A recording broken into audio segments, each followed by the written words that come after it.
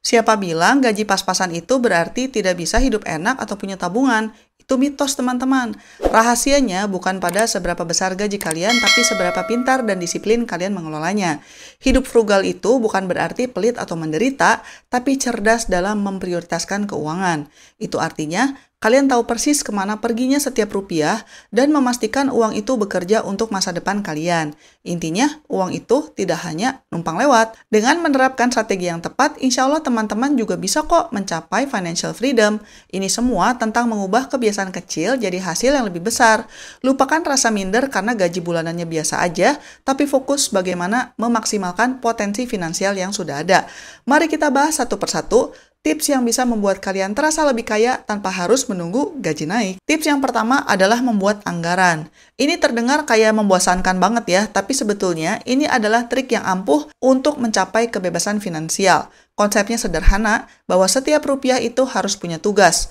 Jadi, bukan cuma mencatat pengeluaran setelah terjadi, tapi kalian menentukan dulu nih di awal bulan, uang gaji itu mau dialokasikan kemana, apakah ke tabungan, investasi, cicilan, dan pengeluaran harian. Total semua alokasi ini harus sama persis dengan total pendapatan kalian. Jadi, pendapatan dikurangi pengeluaran, dikurangi tabungan atau investasi sama dengan 0. Kalau kalian melakukan ini dengan konsisten, kalian akan punya kendali penuh atas uang. Tidak ada lagi tuh ceritanya uang yang hilang nggak tahu kemana. Ketika uang sudah punya tujuan, misalnya nih, yang 500.000 ini untuk makan, yang 1 juta ini untuk tabungan, maka kalian akan jauh lebih bijak ketika mau membelanjakan uang. Anggaran ini bisa menjadi peta jalan finansial kalian. Kalian harus fleksibel tapi juga disiplin.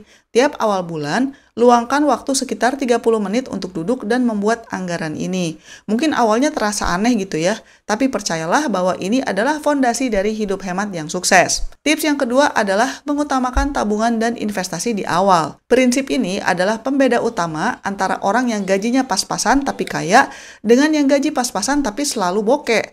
Begitu gaji masuk, langsung transfer porsi tabungan dan investasi kalian sebelum membayar tagihan atau belanja apapun. Anggap saja tabungan itu adalah tagihan terpenting yang harus kalian bayar. Idealnya sisihkan minimal banget 10-20% dari gaji. Kalau bisa lebih besar lagi tentunya lebih baik. Dengan memprioritaskan diri sendiri, kalian memastikan bahwa masa depan finansial kalian terjamin apapun yang terjadi dengan sisa uang bulanan. Ini juga melatih otot finansial disiplin kalian. Otomatis, kalian akan memaksa diri untuk hidup dengan sisa uang yang ada, yang jauh lebih efektif daripada mencoba menabung dari sisa-sisa di akhir bulan yang seringnya nggak bersisa ya.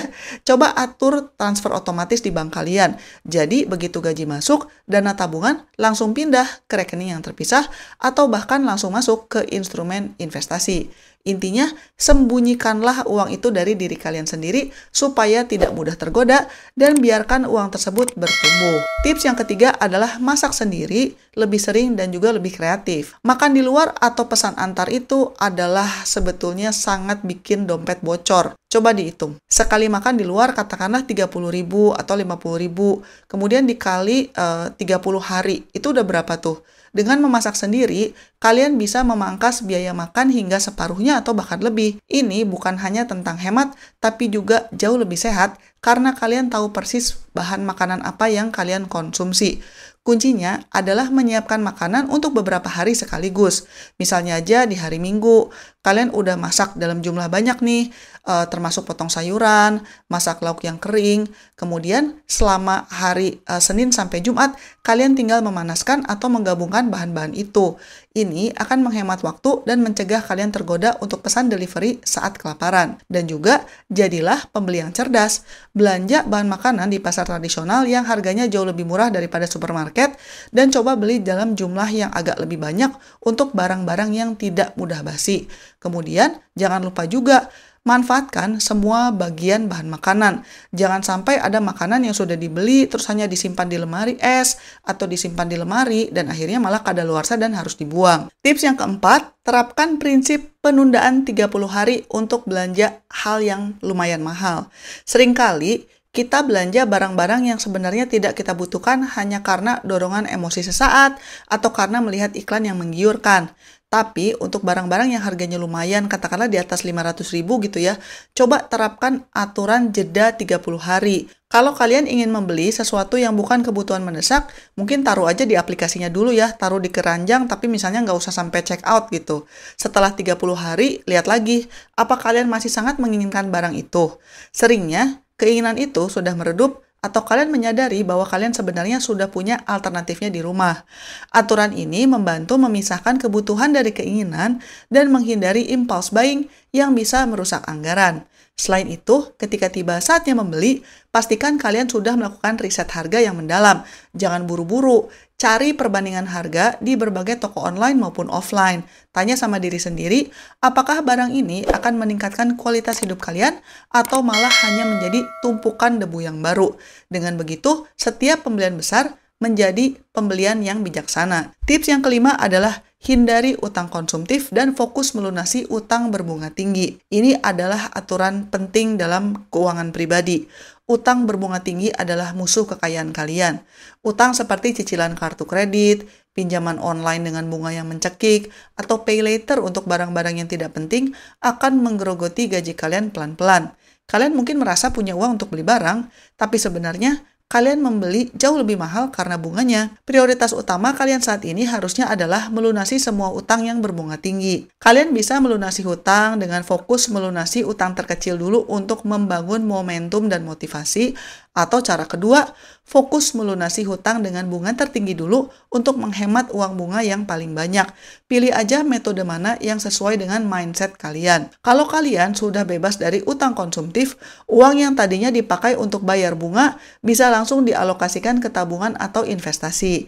Ini akan mempercepat langkah kalian menuju kekayaan secara finansial. Tips yang keenam adalah cari pendapatan tambahan. Kalau gaji bulanan kalian pas-pasan dan hanya bisa memenuhi kebutuhan dasar dan tabungan minimal, maka ini saatnya untuk meningkatkan pemasukan dan bukan hanya memotong pengeluaran.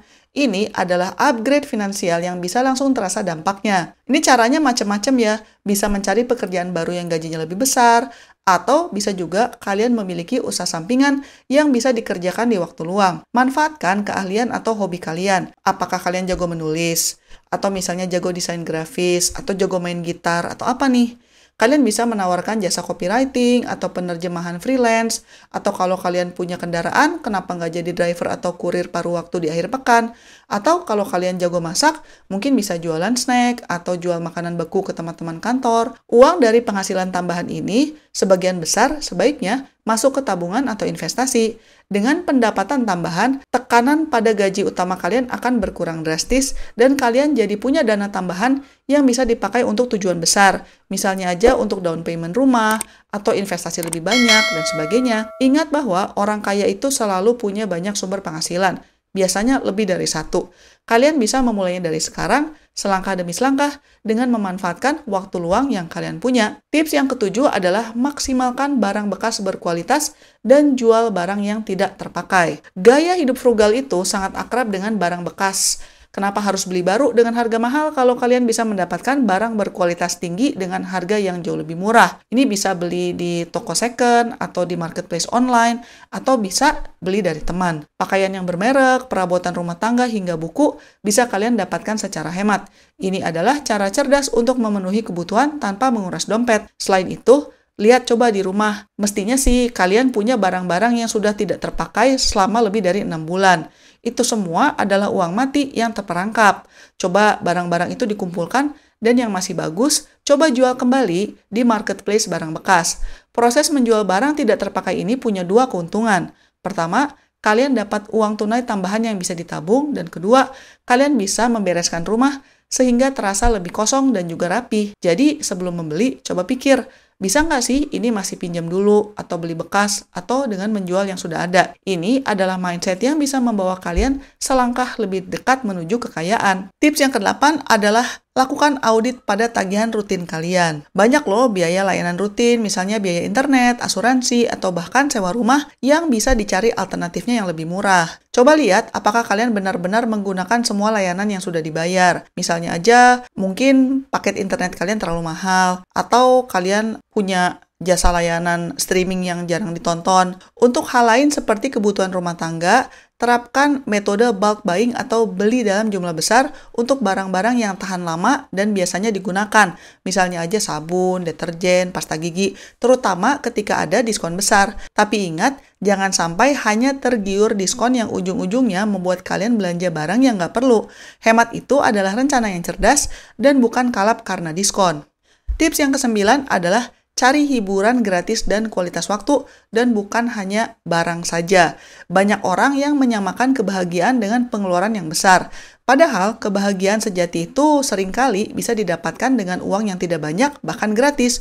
Ubah mindset liburan atau refreshing kalian. Daripada pergi ke mall atau kafe mahal, coba cari alternatif yang tidak terlalu banyak mengeluarkan uang, tapi bisa meningkatkan kualitas waktu kalian. Misalnya, daripada hangout di kafe, coba ajak teman-teman piknik di taman kota sambil membawa bekal masakan sendiri. Atau daripada beli tiket bioskop, kalian bisa loh nonton film bareng di rumah teman dengan snack patungan.